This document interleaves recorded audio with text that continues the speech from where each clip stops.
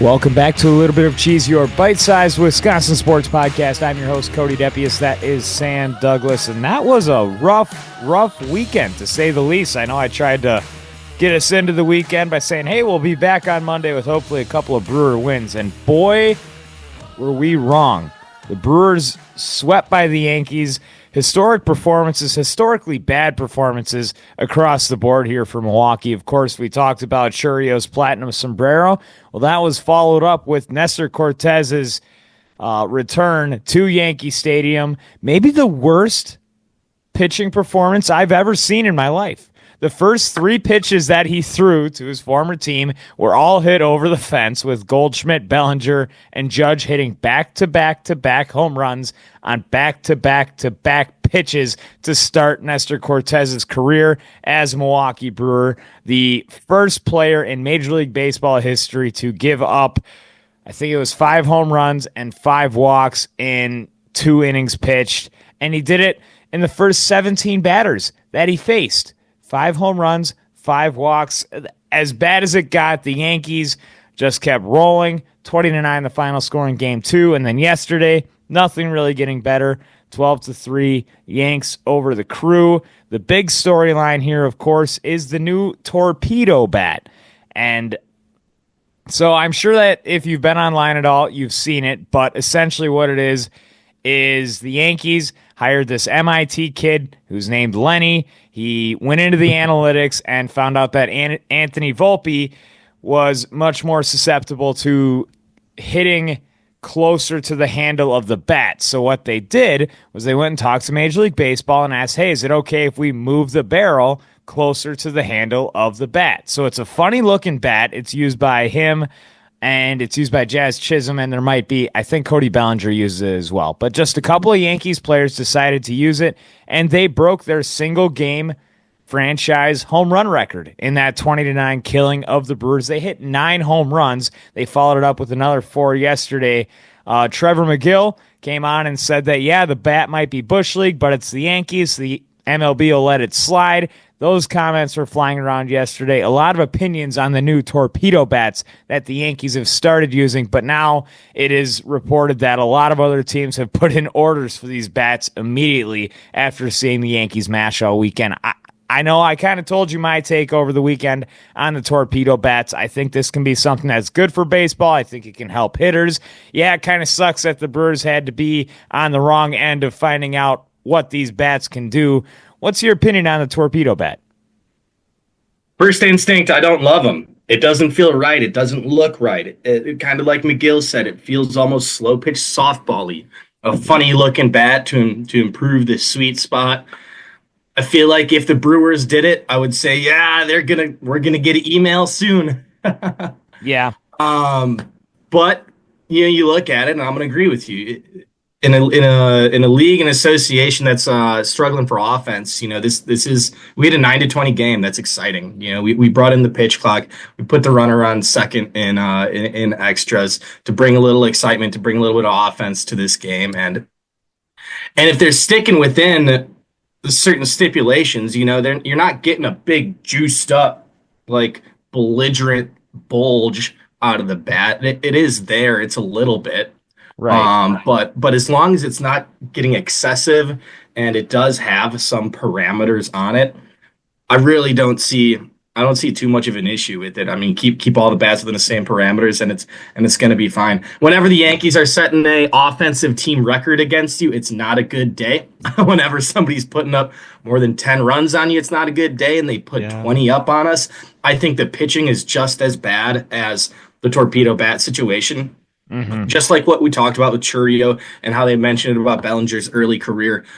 There's going to be growth with this. Pitchers are going to learn how to pitch guys. Okay, if you have that bulb and closer to the handle, let's throw a little bit more outside pitches and see if I can pitch away from that. I think it's just something that pitching is going to grow with, and not something that Nestor Cortez is going to grow with, because I don't think he might not be that good of a pitcher. Not going to call doomsday after one day, but right. Yeah, and what I'll say about Nestor, And there were some things that he said over the course of the offseason, too. Like, he was still talking about how the Yankees should have won the World Series and how they were a more talented team, even after he had signed with the Brewers. So, I'm maybe put on a tinfoil hat here, but Yeah. Nestor Cortes, the first 3 pitches that he threw against his former team, those were meatballs grooved right down the middle of the plate, all to the hot zone of whatever hitter it was, Goldschmidt, Bellinger, Judge. I mean, he gave up 5 home runs in 2 innings, and he was grooving fastballs. Like he put it on a tee for him. So I might be kind of leaning towards thinking that maybe Nestor Cortes has given his guys a little bit of a, hey, I miss you. I'm pitching for Milwaukee now, but we'll give the Yankees one more good day. But I'm not going to say that that's what happened. Cortes did not look ready for a big league mound at all. Like, just his mannerisms, the way that he was throwing, it wasn't good. Nestor Cortes has been a good major league pitcher. I've explained that. I think that this trade is something that could really come out in the wash and be a good thing for the Milwaukee Brewers. That first performance from Nestor Cortes, like I said, maybe the worst I've ever seen. One that you're not going to be able to erase from your memory anytime soon. Just especially the opening weekend against the Yankees. I mean, and us here as Wisconsin fans, we were looking for something to be excited about. We were excited about baseball. And I mean, it was a good opening day game. Yeah, the Brewers lost. You got to see them get a bases loaded against Devin Williams. They had a chance to win in the last at-bat of the game. And then these next 2 games happen where nothing good went. I mean, 9 runs scored in game 2. I can smile about that. Like, as much as the Yankees mashed, the Brewers also had a good day at the plate. Yesterday, not quite the case. That was a bad game. That was a really, really rough Sunday afternoon to turn on the TV and just watch your team get smoked for the second consecutive day. But we saw this happen for Milwaukee last year against the Yankees too. I don't know what it is, but anytime, I can't remember the last time that the Brewers have ever beaten the Yankees in a 3-game series. I don't know if they have in any recent history, but I certainly can't remember it. And yes, a lot of people I see on Twitter, they're hitting the panic button. It's 3 games. We say it all the time. We have 159 left of these suckers. I'm not extremely worried. I will say that I am a lot more worried now that Aaron Savali has been put on the 15-day IL with a hamstring strain. So another starting pitcher has been taken out of this starting rotation. And going into opening weekend, there were only 3 true starting pitchers, major league starting pitchers on this roster for Milwaukee. So the Brewers will start their opening homestand against the Royals in just about a half hour here. Elvin Rodriguez is going to be on the mound for Milwaukee. That was one of their free agent signings, one of the 1-year, $1 million contracts that they got. He hasn't pitched on a big league mound in a couple of years. He's pitching today. Tomorrow's to be determined, and now Aaron Savali is out. So this Brewers starting rotation, yes, Jose Quintana is on the way. We're going to hope in maybe a week, maybe 2. We'll see how they ramp things up for him as he goes into his minor league, not rehab, but he's still ramping up because he was signed later into spring training. But just 2 major league starting pitchers there for that Milwaukee roster. I don't know exactly what's going to happen. You're probably going to see Jaire Alexander get a couple of starts here. I saw who was called up after Savali was put on the DL, but another minor league pitcher.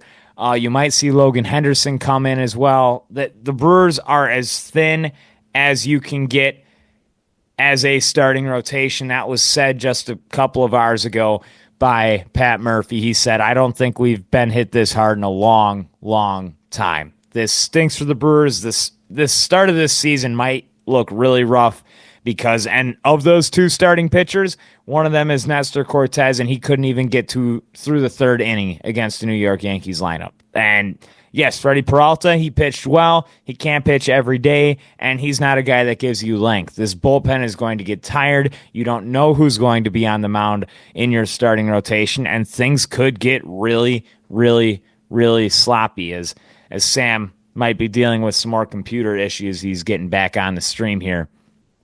But I'll ask Sam a little bit of this question too. But Sam went on a little bit of a rant about how thin the Milwaukee starting pitching is now with Savali out. Now there's really just two starting pitchers in this rotation. You have Freddie Peralta and you have Nestor Cortez, who, whether you say might or might not look big league ready, he's going to have to be because there's no other arms to throw out there. You have Elvin Rodriguez going out there today. It's to be determined. It's going to be a bullpen game tomorrow. Then you go to Freddie, then you go to Nestor, and then everything's a question mark. How does a team get out of something like this to start your season before any other injuries start to pile up? Bring up the kids, man. If you're gonna milk the first 20-25 games, put Mizorowski on the mound. Bring some of these guys up from AAA. Get some of these arms going, because you don't want to be in a position where you're kind of in meaningless baseball and Freddie has to throw you 7 innings. That's not gonna help in the long run. It's not gonna help in the short run. If we're getting traction to start this season here and nobody's showing up to play ball, let's generate runs and get some new guys pitching, because we're going to see, full bullpen day today. What are we doing tomorrow? Like this, another full bullpen day. You can't just have full bullpen days every day when you're going into a season with 4.5 question marks for your five pitchers. Like it's just not. And it's too bad, because I think this offense will generate a lot of runs. I don't think we're a team that's going to score 0 at all much this year. I think we take opportunities. We make teams pay for errors. We've already seen that. We'll get a friendly home run in a while. Now we have to make up those Willie runs, the Adames runs that we're going to be missing. But you like to think these guys are going to do it. But pitching is definitely a major question mark. And again, it's tough seeing the Yankees in your first 3 days with the Torpedo bats in Yankee Stadium. I mean, that's the absolute worst place for a question mark of a pitching rotation to start. Yeah. So let's give it a week and then lose our minds a little bit. Yeah, exactly. No, I think that's the right way to look at it. And Rodriguez, I mean, he pitched in the Tampa Bay system. He's got some nasty stuff. I mean, I actually was very hopeful when they signed him. He seems like one of those guys that is just going to pop up, and you might see him in all-star conversations by it comes midsummer. So we'll see what happens there. They said that he is ramped up. He can go 80 pitches today. That's going to be the limit. So you hope maybe 5 innings. If you get 5 innings out of Elvin Rodriguez today, you are double fist pumping. Like, that's incredible, because this bullpen is going to be needed for probably 4+ innings today and all 9 innings tomorrow. And then with Freddie Peralta, you're only hoping for 5 or 6 innings at this point in the season anyway. Like, guys are going to get tired. You're going to start to see possibly even more injuries pop up with some of these guys where it's just arm fatigue, and you're going to have to go into AAA. So I expect a Logan Henderson. Carlos Rodriguez is probably going to have to make a couple of appearances, and we'll just see what happens, see how things get patched together. But like you said, I still am hopeful about this offense. Yeah, you saw Churio strike out 5 times in that first game, came back, 2 hits the next day. He had another hit yesterday. Like, Churio, he's going to be there. Yelich has that batting average at 100 right now. He's going to be better than that. Contreras is going to be better. All these guys really are going to be better. I do want a tip of the cap to Sal Frelick, though. He's got that different approach. That ball is kind of exploding off of his bat. I saw a 104-mile-an-hour missile in right field yesterday. It was just a single, but that exit velocity, something that's been missing for Sal Frelick at the start of his career. I think that's going to be there. Garrett Mitchell, he looks ready. That swing looks good. Vinny Capra has shown his own. I mean, he hit that home run. The at-bats look solid for him. I think he can be a major league player. Ollie Dunn, we've seen some flashes. Who knows where that goes? But this lineup is there. You have your hole at third base, and I think things are going to start to come together. It's going to stink here for this rotation and this bullpen, but there is enough depth. You just hope that these guys can go out there and perform, and we'll see what happens. I'm just hoping that they stay away from the injury bug anymore. I mean, at the end of the month, you're going to get Tobias Myers. He's going to come back. Quintana's going to come back. And then Brandon Woodruff will probably be coming back in May. Those are the 3 guys, and that's without Savali even coming back into this rotation. Then you're back at a full 5. I think Cortez is going to be fine. I think that first game back at Yankee Stadium, there was just some weird vibes and some weird fastballs consecutively after giving up back-to-back home runs. How do you continue to throw another cut fastball middle in against Aaron Judge? Like that will be mind-boggling to me forever. Throw a curveball in the dirt. I don't care. And Cortez didn't do that. He grooved another fastball. Here you go, buddy. And send that 470 feet over the left field fence. So, don't want to go too bad. I'm not pressing the panic button. Like I said, 162 games. Teams go through bad stretches. They go through good stretches. Last year, there were a lot of worries early in the season. I remember, too. Joe Ross is relied on a lot. Bryce Wilson had to start so many games to start the year last year for Milwaukee, but they found a way to hang on. When you have a leader in the clubhouse like a Pat Murphy, although I think that they're missing on the clubhouse leadership with Willie Adames not in there, and some guy is going to have to step up for this team. But when you have Pat Murphy as your leader, I'm just going to trust it. You got the home opener today coming up in about 20 minutes. So Sam and I, we're going to sit down. We're going to watch that one. I'm going to be hopeful, and I know that they're going to have a nice tribute to Euchre. I'm just going to continue to stay hopeful as the weather starts to get warmer. And Brewers baseball's back, so I'm going to rejoice. I mean, if this team wins 70 games this year, yeah, I'll be frustrated, but by golly, I'm going to watch everyone, and I'm going to hope for a win every time that I watch every one of those games. Some more weekend downer vibes here from the Milwaukee Bucks. 2 consecutive losses. They dropped one of the Knicks on Friday, 116-107. And a tough one yesterday, 145-124 against the Hawks. The 6th seed, you can pretty much lock that one in. You're pretty much locking in a series against the New York Knicks. 40-34 is the record right now for Milwaukee. Not a lot of good things happening there. I don't see a lot of energy and not a lot of positivity surrounding anything with the Milwaukee Bucks right now. Not a lot of energy, not much vibes. You know who we need? We need a little bit of Bobby Portis, Cody. Yep. I'm feeling life. I'm feeling life. Bobby's coming back, and he's bringing us to the promised land, baby. All right. I think that's like I'm looking at this team, and what do we need? We need energy. It was an absolute lifeless performance last night. There was zero effort on defense on a night that Trae Young and the coaching was piss poor as well.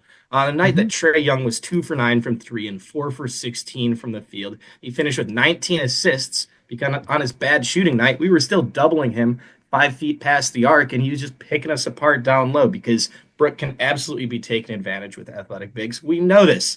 Trae Young is shooting bad. We know this.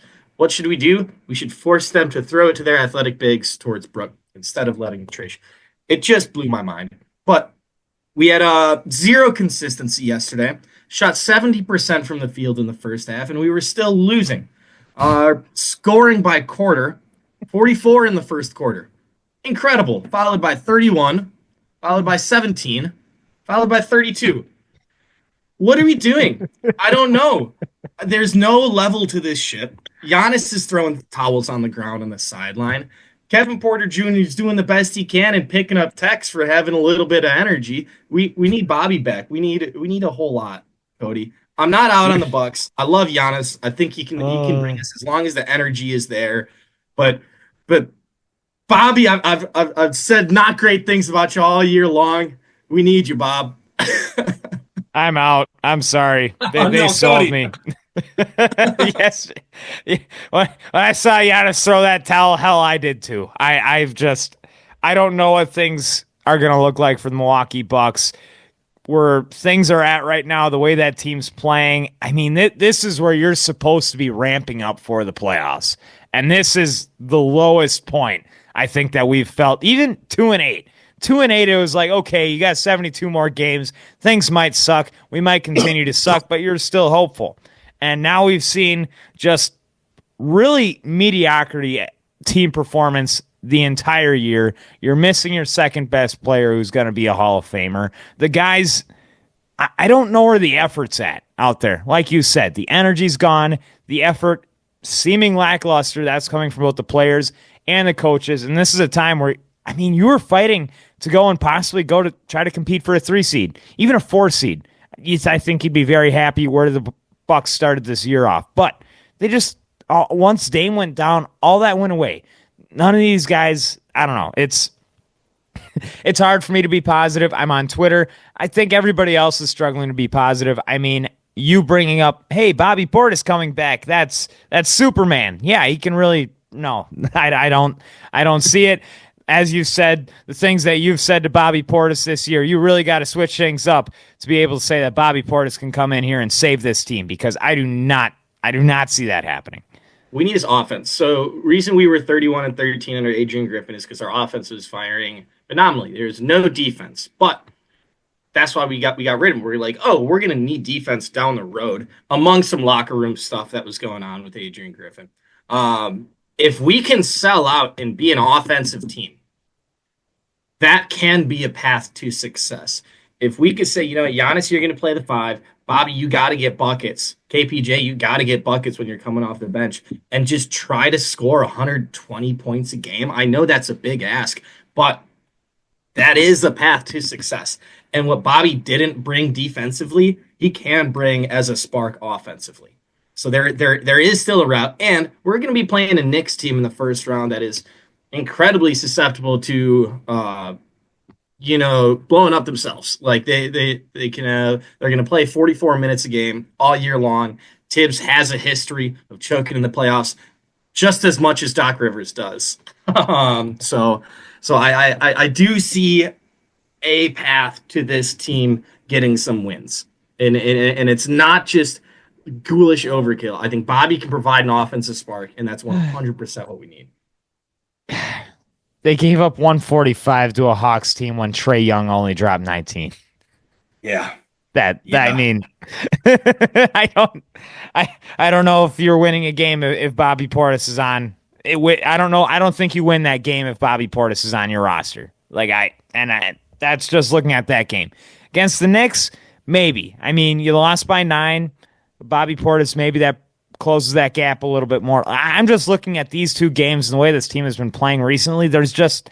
It's hard to even see an offensive plug really making that much of a difference, where what Damian Lillard could provide offensively, and then you take that away, and now you add that with the Bobby Portis. Like the math doesn't math, and even when Lillard was there, the inconsistency the whole time. Like I don't see the path. You can see it. Maybe your dreams are a little bit better than mine recently, but I can't. It's hard.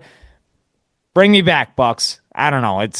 I don't really see it. I'm as down as it gets, I think, with the Milwaukee Bucks this year. Kind of written them off. I kind of put the dagger in through.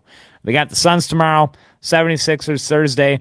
Probably get blown up by Phoenix for some reason tomorrow. I expect that. And then you have a really good game against the 76ers, and then we can hop on here on Friday and say, yeah, maybe these Bucks, I don't know. I think they could do it. I'll be saying that. I promise you that. Bobby's coming. Bobby's coming back with a vengeance. Well, what game is he? Is he back tomorrow? He comes back with 4 games left in the season, so I believe this guy. I think it's going to be next week. Okay. I don't have that. I'll find that right now. Okay, so we'll probably. Well, you can probably write in a 1-1 performance this week for the Bucks. They'll be 41-35, and like I said, that 6th seed pretty much it's locked in. The chances of them not playing the Knicks are pretty slim when it comes to the first round. I do want to mention a little bit about NCAA basketball as we go to the Final Four. 4-1 seeds, kind of a boring tournament overall. Not a whole lot to say. We'll talk a little bit about the Badgers. Daniel Freitag, the freshman guard, number 1 recruit for Wisconsin last year, announced this morning that he has entered the transfer portal, and I think this is indicative of the landscape of NCAA athletics, where a freshman who doesn't play and went in even as a top recruit and was probably told in the initial meetings when he committed to Wisconsin, hey, your freshman year, we got a couple of guys that are coming in. It's going to be tough for you to crack any spot or make any playing time on this team, but really look for your sophomore year. But then even after that, for Freitag to go through a freshman year and know that there's going to be a lot more opportunity coming up from next year for Wisconsin, still wants to go probably find some NIL money and enters the transfer portal. I want to get your takes on this. I think, and I have my opinions, but I'll reserve those. I want to hear yours. The same. I like that you said these at the same time. The same reason that Freitag's moving is the same reason that we have 4-1 seeds, right? There's the transfer portal is undermining the Cinderella story. 100%. We don't have groups of guys like the Wichita State teams that just played 4 years together, where you got this group of seniors, maybe a fifth year, these group of guys that have the camaraderie and the chemistry, and they've been knocking on the door, and they're a good team, and finally some magic happens for them in March. No, these guys are going to transfer. Ron Baker would have left Wichita State long before. Gordon Hayward would not have been playing at Butler that season that they could have won the championship, and he missed the final shot against Duke. These guys would be leaving these schools. I think the days of the Cinderella with this portal situation are going to be severely limited. I mean, the biggest Cinderella we saw, what was it, Arkansas? But that was a John Calipari team. Like, are we really calling that the Cinderella? Nope. No, I think these two are very much intertwined. The best players are going to go to the best schools, and that's why Duke is going to run away with this tournament, man. Duke is a wagon. Cooper Flagg is going to be a force in basketball for the next decade and a half, because in their bench they can go 10 deep. I think their bench would also be in the Final Four. It's just absurd. All the guys are going to the right schools, and it makes sense for the kids. I would too. If I was Freitag and I could go, get some Calipari experience and, just go get some money, go to a bigger school, get a little bit of opportunity. Why not? It makes sense, but that's also the reason we've got 4-1 seeds right now. Yes, I agree. I'm going to echo everything that you say, put that record on repeat. I think this sucks, and I think it sucks for college sports as a whole. I think it takes away from the things that made college sports cool. Yes, I believe that players should be paid because of the revenue that they bring in. I believe that they should be able to profit off of their name, image, and their likeness. That's not what I'm saying. But what you see now and what you are going to continue to see at an even higher level is a worse product of a professional sport. That is what college athletics is becoming here, I believe, in college, and basketball and in football. I think that's kind of what we're seeing here in this tournament. It is your top stacked teams, and just there are programs that are not going to be able to compete. Like you said, your Cinderella is going to go out the window. You don't have those guys that are going to stay and play for an entire system and stay all 4 years and play together. Like I go back and I like to talk about this. When we watched 10 years ago, Wisconsin making back-to-back Final Fours, those were all kids that stuck together under the same system and played together. And maybe individually, none of those guys were superstars. They weren't. But when you put them on the same team in a Bo Ryan system and made them stay until their senior year, that's when you saw some magic happen. And it's hard to see that happen for Wisconsin because you know that they can't even compete with like a Louisville for NIL money, because that's why you saw Chucky Hepburn go and lead. And I think that's going to continue to happen in the way that Wisconsin can. The only way Wisconsin can find success in a system like this would be to have a transfer who is probably hurt, probably going on a 5th or 6th year, like a John Tonje, or you find some freshman stud, and he comes in and he's probably going to leave after his freshman year to go get some more money. That's the sad state of where it's going. I don't know what the solution is.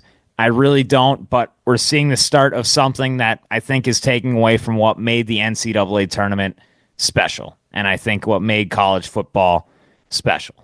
So I want to push back maybe just a little bit, okay, and say, unfortunately, it feels like this is good for not college basketball as a whole.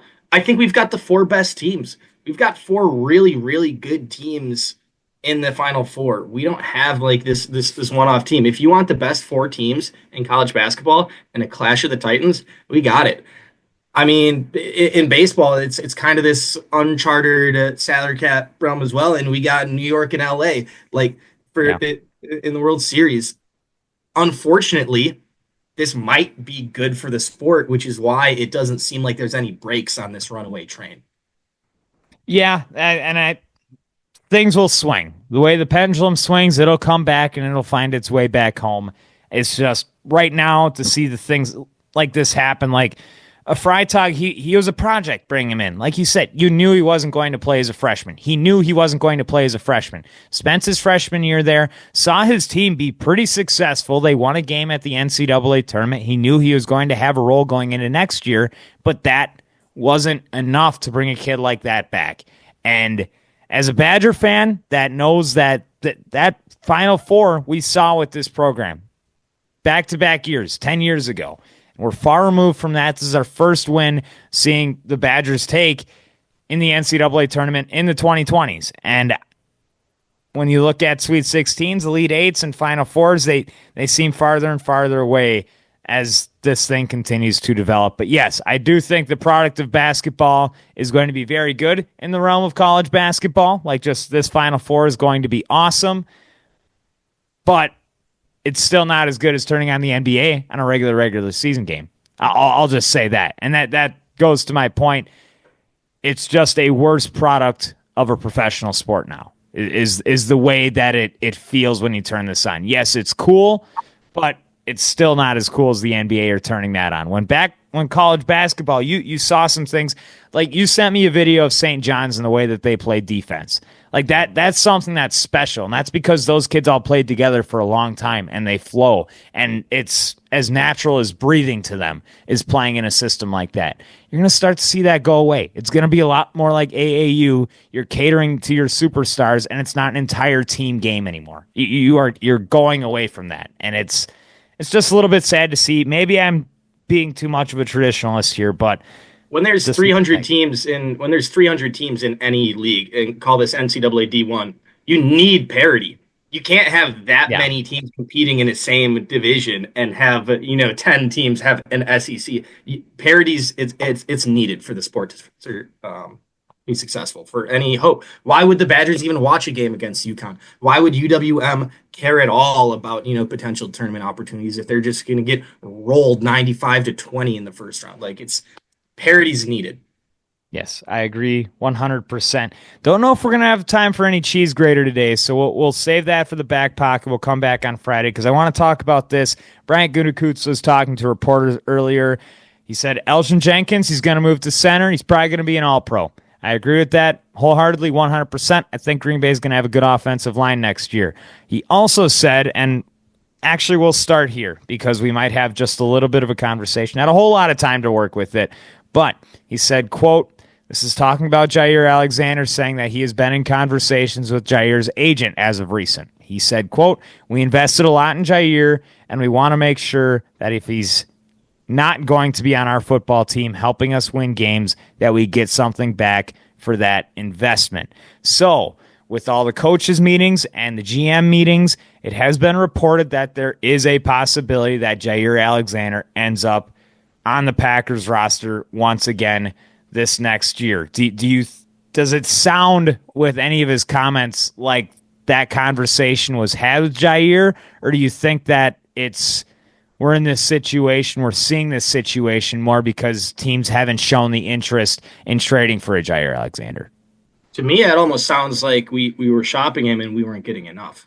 And it sounds like he's absolutely on the trading block for the draft, whether it's moving up or trading him to move down. No, I think that he's clearly being shopped. He's clearly still on this edge. You would have loved to hear one commitment or another, but just hearing Goody talk about it overall, just addressing the Jaire situation is something for us to work with. Let us know a little bit. So I'm glad they're having talks. I'm glad they realize the asset that Jaire still is. They're not just saying, give us a fifth and let's move on from the guy, because he is still in the talent level of an all-pro corner.